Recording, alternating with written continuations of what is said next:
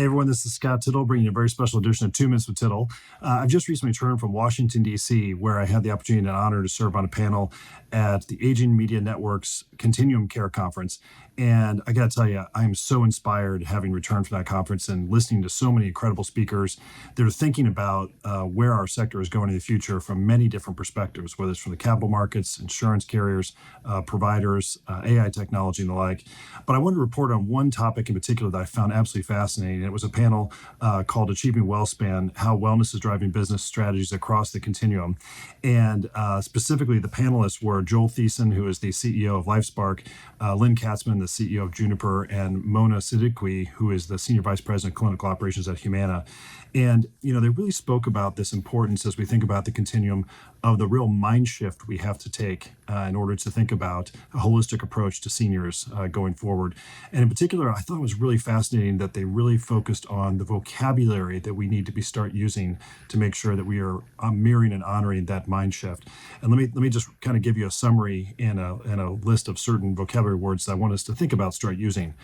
One is discover, not assess. Joel in particular talked about how we need to look at residents not in sort of one specific moment, but exactly what they need going forward from a holistic standpoint in all directions to make sure we're improving their care. So discover, not assess. The second use was the electronic life record vocab, which is in contrast to electronic medical records. We're not looking at a specific moment in time necessary with respect to the senior, but their entire needs from a wellness standpoint. So I like that phrase, electronic life record, or ELR. Lynne in particular talked about we need to think about people's lives in terms of their well spans, not episodes.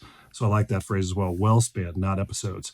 And then also this phrase, payvider. You know, certainly with all these new forces coming into long-term care, whether it be ISNPs or managed care or networks, you know, there are now the roles are kind of being blurred a little bit between who is holding the reimbursement and who's providing direct care. In many cases, that's the same person. So this phrase payvider, not provider or just payer themselves.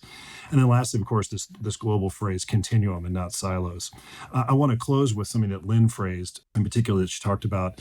Her goal when she thinks about all of her affiliated businesses is how are we allowing seniors to live better longer, not focus on how to allow seniors to live longer better.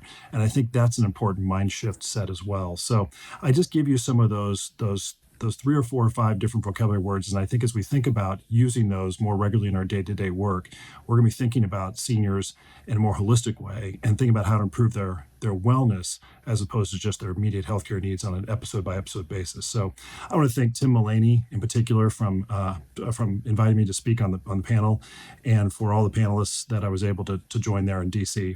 This is Scott Tittle with the 2 Minutes with Tittle. Thanks for tuning in.